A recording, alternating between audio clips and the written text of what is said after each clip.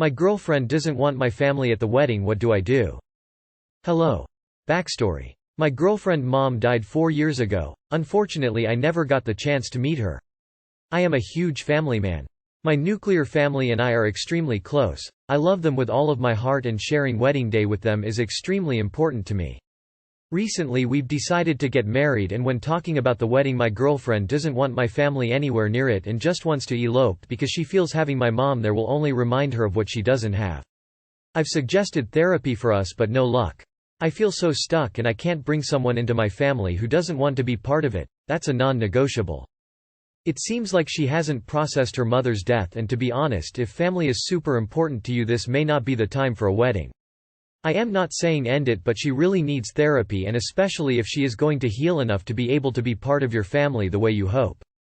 If after 4 years she still wants to exclude your family because her mom isn't around, that is not at all normal or healthy. My husband lost his dad a few years before our marriage, and his mom has Alzheimer's and couldn't attend. He absolutely welcomed my parents and even did the mother-son dance with my mom in his mom's absence. He calls my parents mom and dad and adores them. They can't replace his parents, but he knows that and doesn't begrudge me their existence.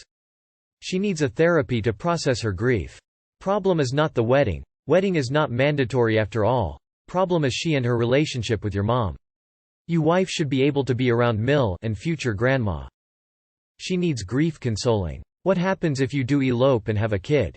Will she keep your mom away then too? A good marriage is based on compromise and realizing what's important for your partner. She is not ready for marriage. It sucks that she lost her mom, but I think it's a bit selfish of her to not want to have your family there because of how it makes her feel, but what about how it will make you feel? Also, I feel like she should be happy that your family will be there because they are still alive. You still have the opportunity, why take it away? Wife has gotten physical with me twice now and hits herself when she gets overwhelmed. I'd really appreciate advice from those who have experience in either side of this dynamic. I'm not looking for a simple, she hit you, leave. I do believe it's more complex than that. Last night my wife and I, we're both women in our 30s, were in a heated discussion, and as she was walking by my side of the bed, I stood up and swiped her jaw with my shoulder. I immediately apologized profusely as I could tell she was triggered, rightfully so. Absolutely did not mean to hit her, but she didn't believe me. The conversation continued getting intense, and she shoved me in the gut quite hard with the butt of her palm several minutes later. It was quite startling, and I was pissed and asked why she did that, and she then started to hit herself, claiming to punish herself for it, but I kept trying to verbally and physically stop her. She's done this before in arguments where once she says something that's crossing the line, or if I drive her into a corner, by continuing to argue she slaps herself. I hate it, and she knows it. I've told her before it feels incredibly selfish and childish and a weird way to avoid my feelings. And it also makes me feel super unsafe. Last night as this was happening, probably not the best timing, I said that I'm concerned that her story about an ex hitting her had more to it. And I asked her which relationships this dynamic, where they both hit one another, would happen in, and she said with 3 of her major past girlfriends. My other fear now is that we're talking about getting pregnant this year. She would carry. And I'm 100% against physical punishment, reactivity with kids due to my upbringing. I'm incredibly nervous about her lack of self-control and physical reactivity. I've asked her explicitly in the past when she hits herself to please see a therapist. She is on a low-dose anxiety med. She claims I push her too far in arguments and cause her to get to this point. I admit I can go too far when arguing with people, go on and on. She's gotten better at warning me that she's getting to that point. Therefore I've gotten better at backing off. I can tell it's a fight-flight response, which is why I'm really trying to figure this out. No one is perfect. I admittedly can get anxiously repetitive in fights, so I'm trying to do my part. And this generally happens in the evening when no one is in their most patient place. By no means am I perfect, and this happens maybe every 2-6 months at most. Generally our day-to-day is easy, fun and compatible. You push me until I physically harm you and myself. It's not my fault, it's yours. That's an abuser classic. At the very least I think she needs some serious therapy before she's in a place where she's ready for a kid. What will happen when the kid is a rebellious teen and tells her to fuck herself? Absolutely do not get pregnant. Seriously, she has no self-control, hitting herself like that? She needs therapy. I really think your worries are completely warranted. Don't let others tell you that you're overreacting. Her lack of self-control and maturity is one thing. Her punishing herself is in my opinion a bigger issue. What if one day the fights go too far? The cops get called and they see her with all these marks of physical harm? You think it will end well for you or the child? As women in your 30s, maturity is a requirement, not an option. If she cannot communicate effectively and solve a problem verbally, she is not someone you want to have a child with. Having a child will 100% make it worse. First sort out your issues before getting pregnant. Do not bring an innocent child into this. Therapy. Both individual and couples therapy. Then you can start to discuss having a baby again. As it stands, she is not fit to parent. She is blaming you for her behavior. This is textbook narcissistic and abusive behavior meant to manipulate you and your actions, and it's working like a charm. Do fucking not have children with this woman. You don't want to hear it, but you absolutely need to get out of this relationship, and you do not want to be tied to her for 18 years. If she's like this already, imagine her with her pregnancy hormones running wild, or postpartum depression. Do not have babies with her in this current situation.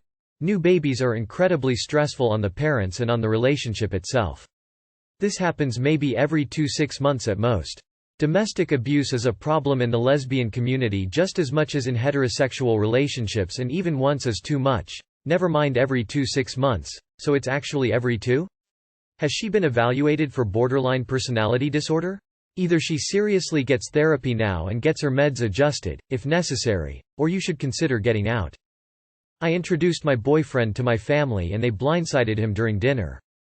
I need help. I, 25F, have been dating this guy, 33M, for 9 months now. He's amazing and I'm head over heels for him, and he's the same for me. My boyfriend had a tough past. He had a rough upbringing and spent some time in prison over a decade ago. Once he got out, he turned things around and managed to build a very good life for himself. I found out about his past on our 3rd date. I asked him about a small tattoo on his arm, which turned out to be a tattoo of the date he was released from prison. None of that mattered to me because it was in the distant past. I briefly mentioned it to my sister one day and did not go into any details about it. My sister and I have always shared things about the guys we date, and I always thought it would stay between us. Or so I thought. On Sunday, I introduced my boyfriend to my parents for the first time. We went over to their house for dinner and everything was going well until my dad brought up at the dinner table the fact that my boyfriend had spent time in jail. It blindsided my boyfriend and I did not tell them about it beforehand, so I immediately realized it must have been my sister. My parents proceeded to question him about all that, asking why he was in there and making jokes like, "It takes a certain someone to go to jail," and, "You don't go to jail for no reason."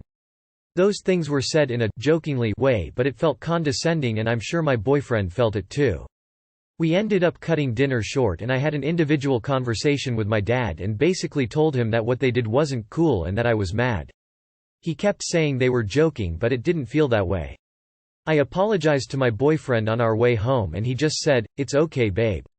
It's to be expected." He said it in a defeated way, which told me that he was hurt. He never said this to me, but I imagine that being judged over one's past, especially when you've built a great life for yourself, must feel awful. I feel so guilty for all of this, and although he seems fine, I feel like it affected him more than he wants to tell me. I don't know what to do. I regret not being more vocal when all of it was happening. I'm not good at confrontations. I've been thinking of calling my parents and telling them they need to apologize to him as soon as possible, but my sister, who I confronted, says I should let some time pass and make them apologize next time we see each other, which is God knows when. What should I do? I'd make it very clear. They owe him an apology and their jokes weren't jokes, because they weren't funny. I'd also make it clear that if it happens again, you will not be back with your boyfriend, or at all, your choice, until they learn to behave themselves like proper adults. I would be concerned if my daughter was dating an ex-felon 9 years older at the age of 25. What did he go to jail for? They're your family and care about you, so they have every right to be concerned. They went about it in the wrong way though. I think you've done all you can, leave it at that. Your parents are not unreasonable for being concerned you're dating a convicted felon. While this is old information to you and you're okay with it, they obviously don't have the details to know if they should be concerned or not. While their jokes were rude, I'd take that over hostility any day. If you weren't going to keep his past to yourself, you should have had a private conversation with your parents prior to that dinner to answer their questions and deal with their concerns. They shouldn't have asked him jokingly, They should have asked him seriously. Did you expect your family not to ask your boyfriend why he spent time in prison? Your parents are awesome. Your relationship has a concerning age gap, and you are purposely leaving out why he was in jail. I'd be as concerned as your parents. Girl I like and best friend called me drunk. Me, 18 male, and the girl I like, 18 female, have been talking pretty openly for the past month and I saw things started to develop. My best friend, 18 male, had just broken up with his girlfriend. While I'm unable to be near them while I'm on holiday, my friend gets suicidal, so the girl I like went to cheer him up. Best friend has a history of alcoholism and woman hopping very fast. They call me both drunk, both with hickeys. She starts telling me she loves me and that it's always been me.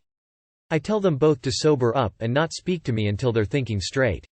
She doesn't listen and keeps telling me she loves me despite being covered in hickeys, and it hurts. I'm a strong guy mentally and I try to not let women affect me like this, but she does. Do I sort things out and still pursue her? I know my friend is the type of guy to get a girl drunk for this. Why is no one pointing out the last sentence of your best friend is known to get girls drunk for this? Sounds rapey AFFF.